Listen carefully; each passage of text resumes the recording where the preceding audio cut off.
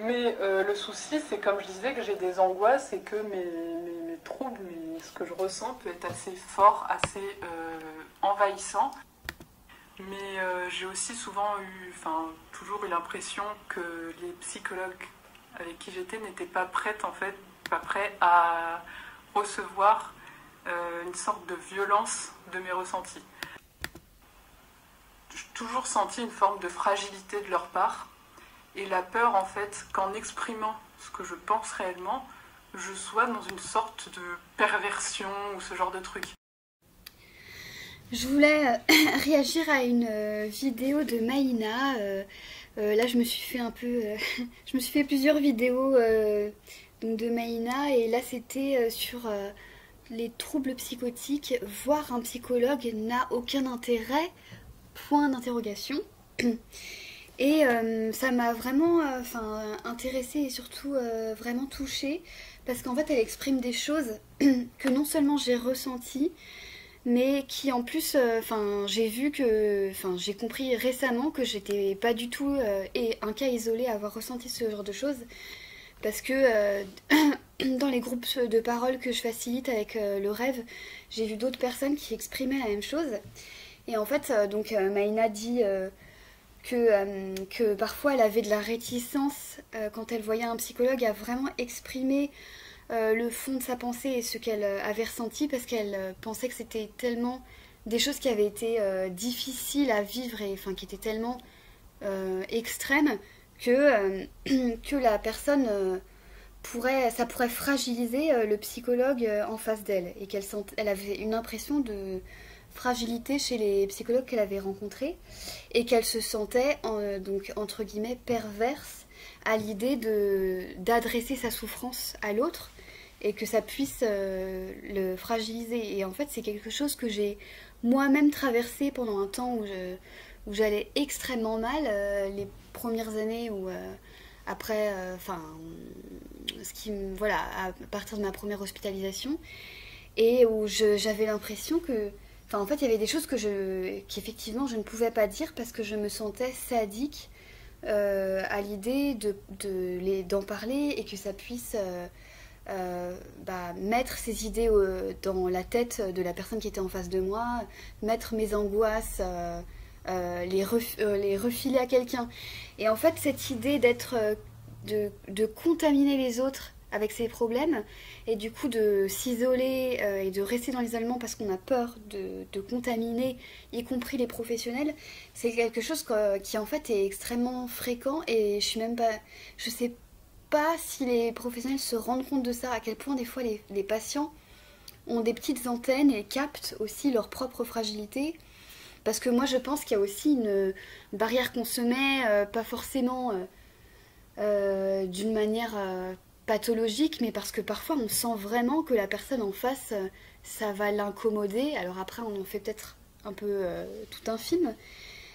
mais qu'effectivement, quand quelqu'un n'a jamais eu ces expériences-là, ça peut être très perturbant pour lui de les entendre. Et d'ailleurs, je peux même le confronter à ma propre expérience. Alors évidemment, moi j'étais en plus pas thérapeute du tout. Et quand j'ai commencé à fréquenter le réseau sur l'entente de voix, donc le rêve, évidemment j'entendais les gens parler de leur voix, sauf que moi j'étais pas entendeuse. Et pendant un petit moment quand même, bien quelques mois, en fait j'avais peur de me mettre à entendre des voix, à force d'entendre les autres parler de leur voix. Donc c'était effectivement, ça m'a mis dans un état de stress. Et puis il y a des moments aussi où certaines personnes, effectivement, ont des hallucinations extrêmement douloureuses. D'ailleurs, j'ai eu aussi des choses qui me sont arrivées pendant des phases de grosse dépression, où effectivement j'avais des impressions absolument catastrophiques et très douloureuses sur mon corps. Et voilà, quand j'entends quelqu'un parler du fait, oui, des fois je vois que, je sais pas, on me crève les yeux, que le sang gicle et que je sais pas quoi, et ça, effectivement, ça peut impacter la personne qui reçoit ça, parce que surtout quand on a une certaine sensibilité, on peut être un peu éponge, Et donc oui, c'est sûr que il y a des choses qui sont difficiles à recevoir et je pense de toute manière que dans les groupes de parole et peut-être même dans des séances avec le psy, le fait de ressasser ça sans rien en faire, c'est plutôt nocif et néfaste même pour la personne qui exprime ça. Et puis, en fait, c'est aussi une impression, même pour l'impression que j'ai pu avoir et que Maïna a, n'est pas sans fondement, parce qu'en fait, il y a beaucoup de médecins et aussi de psy qui ils peuvent avoir des stress post-traumatiques ou en tout cas des traumas du fait d'avoir été confrontés à des récits extrêmement pénibles, par exemple de situations de guerre, de viol, de choses comme ça. Et donc, il y a aussi, ces personnes, normalement, ont aussi un suivi elles-mêmes dans leur formation professionnelle au cours de leur carrière. Justement, ils ont normalement, les psychologues, les psychiatres ont des référents pour justement éviter de rester traumatisées pour des choses qu'elles auraient pu vivre ou entendre. Donc, moi, je sais pas si ça pourrait rassurer les personnes qui ont vécu ce que j'ai vécu et ce que Maïna exprime, mais normalement, quand quelqu'un a une vraie formation, il est capable, s'il est bon psy, d'être à la fois sensible et empathique, et en même temps de mettre à distance et d'avoir un référent si besoin. Donc en fait, c'est son métier, c'est sa profession. Et voilà, il faut pas hésiter à dire les choses qu'on a envie et besoin de dire au psy. Enfin, c'est vrai que j'ai mis du temps à comprendre, mais maintenant j'hésite moins. Après, il y a aussi la deuxième chose en fait qu'elle exprime, c'est que finalement peut-être que le psy, il n'est pas formé pour comprendre en fait ce que vit une personne entre guillemets psychotique. Donc ça c'est ses termes à elle. En tout cas qui ont vécu des expériences qui sortent un peu de l'ordinaire et de ce que le psy aurait lui-même vécu et en tout cas qui va catégoriser ses expériences et qui va se dire que c'est même pas la peine de travailler dessus. Enfin, c'est vrai que ça c'est quelque chose dont on parle beaucoup avec le rêve, c'est que en général on va dire aux gens c'est pas la peine de ressasser vos voix, les écoutez pas, et puis prenez vos médicaments et puis c'est tout. Alors que de mon point de vue, si jamais vous venez en disant j'ai une phobie, gna gna gna, il y a des psys qui sont formés aux thérapies d'exposition, on va justement vous faire parler de ces symptômes, de vous donner des outils pour les gérer, vous confronter aux idées difficiles, aux souvenirs traumatiques difficiles pour pouvoir essayer de faire baisser la tension. Et justement, avec les voix, c'est la même chose en fait. Le fait d'éviter le problème, ça va le faire grossir, c'est évident. Quand on veut, on se dit surtout ne pense pas à ça, surtout ne pense pas à ça, c'est vraiment le meilleur moyen de te faire penser à ça. Enfin voilà, il y a des expériences de neurosciences qui le montrent et ça m'apparaît même évident au commun des mortels. Et heureusement, il y a quand même beaucoup de psychologues, même beaucoup plus de psychologues que de psychiatres, qui sont amis du rêve, qui sont ouverts à des thérapies comme Open Dialogue, qui justement savent travailler avec des personnes qui ont pu avoir un vécu psychiatrique. Enfin voilà, je pense surtout que quand elle dit qu'elle a vu plein de psychologues et que ça n'a pas marché, c'est certainement qu'elle n'a pas rencontré les bons. Et moi aussi, d'ailleurs, j'ai vu plein de psys pourris. Et j'ai surtout vu beaucoup de psychiatres, mais effectivement, j'ai croisé un ou deux psychologues où je me disais, oh là là, elle a l'air toute fragile. Et je suis pas sûre qu'elle ait bien les épaules pour entendre à quel point j'ai vécu des choses qui m'ont fait souffrir, à quel point j'ai eu l'esprit torturé par toutes sortes de choses. Et donc, effectivement, il y en a qui n'ont pas les épaules, mais il y a aussi des très bons psychologues qui, au contraire, ont beaucoup plus d'outils que les psychiatres parce qu'ils ont vraiment une formation sur l'humain et pas... alors que le psychiatre, en général, a une formation sur la médication et après, s'il le désire, il peut se former à d'autres thérapies, mais bon, en général, c'est quand même moins approfondi. il y a aussi des psychiatres qui sont très humains et qui comprennent plein de choses, et voilà, mais le psychologue a de base une formation un peu plus étayée par rapport au travail de la pensée, on va dire. Et puis, ouais, en fait, voilà, enfin, ce que je voulais dire aussi, c'est que, enfin, quand j'ai parlé aussi par rapport à moi, ce que j'avais pu ressentir quand d'autres personnes pouvaient exprimer des choses sur leur voix et tout ça, ben maintenant, ne me pose plus la question de est-ce que je vais ressortir en entendant des voix, et j'ai plus cette impression que, en fait, j'avais l'impression que j'allais entendre des voix, mais qui étaient tellement fortes, enfin bon, et bref, au bout d'un moment, ça passe. Et voilà, j'ai réussi à me détacher de ça. Et puis voilà, il y a aussi un travail sur la projection qu'on fait, de se dire, ah, le psy ne va pas être assez fort, ne va pas être assez avoir les épaules pour m'écouter. Il peut y avoir aussi une petite part de projection. Et je pense, en tout cas dans mon cas, qu'il y avait aussi j'étais dans un tel désespoir, une telle solitude, que je me disais, mon Dieu, celui-là, enfin, il est là pour m'aider, je veux surtout pas qu'il s'effondre parce que ce serait une catastrophe. Donc il y avait aussi comme si on voulait préserver l'autre par peur de se retrouver sans support, en fait. Voilà, donc c'est aussi... Enfin, je pense qu'il y a ça aussi qui peut être pris en compte. Et puis la deuxième chose, et je trouve ça vraiment intéressant en fait que dans la vidéo de Meina, en fait, elle enchaîne tout de suite à la fois sur la supposée fragilité du psy qui serait pas capable de recevoir, et en même temps sur sa surpuissance dans le fait que elle a vécu des hospitalisations qui ont été extrêmement difficiles et qu'elle se sentait bah oui, enfin que ça l'a traumatisée de se sentir impuissante par rapport à la force de la prescription médicale et du pouvoir que pouvaient avoir les soignants sur elle. Et moi aussi, j'étais un peu dans cette ambivalence-là. Et aussi, j'ai compris que le moyen, enfin la manière que j'avais peut-être de préserver les psys, c'était aussi de me préserver de ma culpabilité à ressentir une certaine agressivité envers eux, du fait que j'avais été complètement traumatisée de mes hospitalisations, mais j'arrivais pas tout à fait à mettre le doigt dessus, j'arrivais pas à comprendre. Et du coup, je refoulais mes sentiments en fait et ma violence. C'est quand j'ai pu tomber justement sur des soignants qui étaient prêts à accueillir ça, ou qui étaient prêts à accueillir mes reproches, que là j'ai pu rentrer dans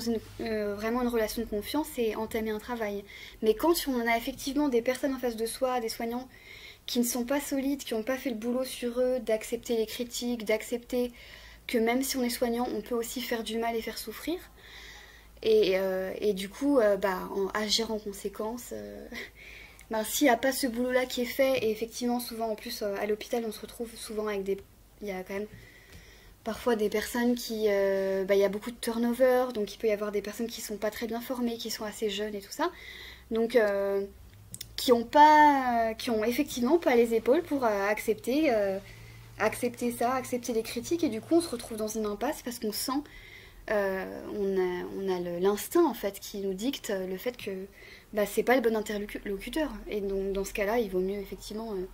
choisir un autre psy, parce que je crois que finalement quand Meina dit elle sait pas si elle est jamais tombée sur les bons, ou si les psychologues sont pas faits pour traiter la psychose, ou des expériences comme ça un peu hors norme, moi je pense vraiment qu'elle est juste, elle s'est pas sentie en confiance, elle est tombée soit sur des personnes où elle a senti leur incompétence, parce qu'elle dit j'ai pas senti un allié en face de moi. Donc quand on n'a pas en confiance avec un professionnel, c'est soit qu'il est incompétent, soit qu'il a vraiment des mauvaises intentions, parce que ça peut arriver d'avoir quelqu'un qui est un vrai pervers, un vrai connard, et qui est psy. Moi franchement le premier que j'ai vu, c'était ce cas de figure pour moi, c'est évident qu'il était très misogyne et qu'il voulait vraiment que j'aille mal, quoi. Donc je pense que ça peut arriver, et puis il y a aussi parfois des soignants qui ont besoin, un tel besoin de s'occuper des autres qui serait, je vais être méchante, mais presque prêt à te rendre encore plus malade pour pouvoir te soigner. Mais c'est, voilà, enfin, il peut y avoir un peu ce syndrome-là. Et aussi d'étiqueter pour avoir un peu un certain ascendant, ou en tout cas c'est aussi la peur qu'on peut avoir quand on s'est fait étiqueter, de se dire oui mais du coup ma parole elle va être décrédibilisée, oui mais du coup si je dis ça je vais être pris pour une folle ou machin, et que ça va biaiser la relation. Donc je pense qu'en fait, c'est bizarre hein, de dire ça, mais je crois que même si l'alliance thérapeutique, quelle que soit, la formation du psy en face de soi, bah, c'est vraiment, les études montrent que c'est vraiment ce qui prime. C'est-à-dire que là encore, j'ai vu des études récentes qui montraient que non, la psychanalyse n'était pas moins efficace que les TCC, etc.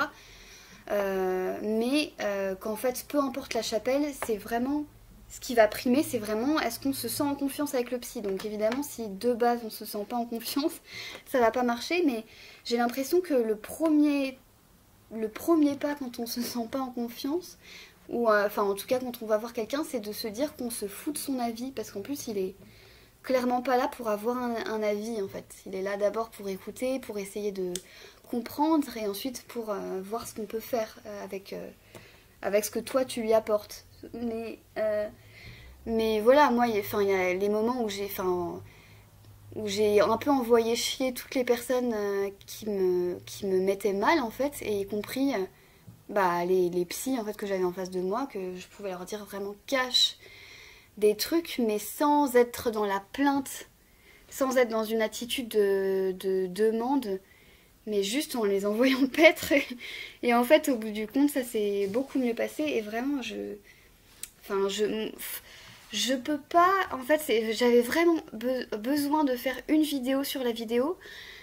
parce que la conclusion selon laquelle, bah, finalement, bah, peut-être que les psys seraient pas adaptés à la psychose, ou la psychose serait pas adaptée à un travail psychologique ou psychanalytique, etc. Bah, je pense vraiment que c'est très dommage. Et que malheureusement, y a beaucoup de personnes, dont moi, qui se sont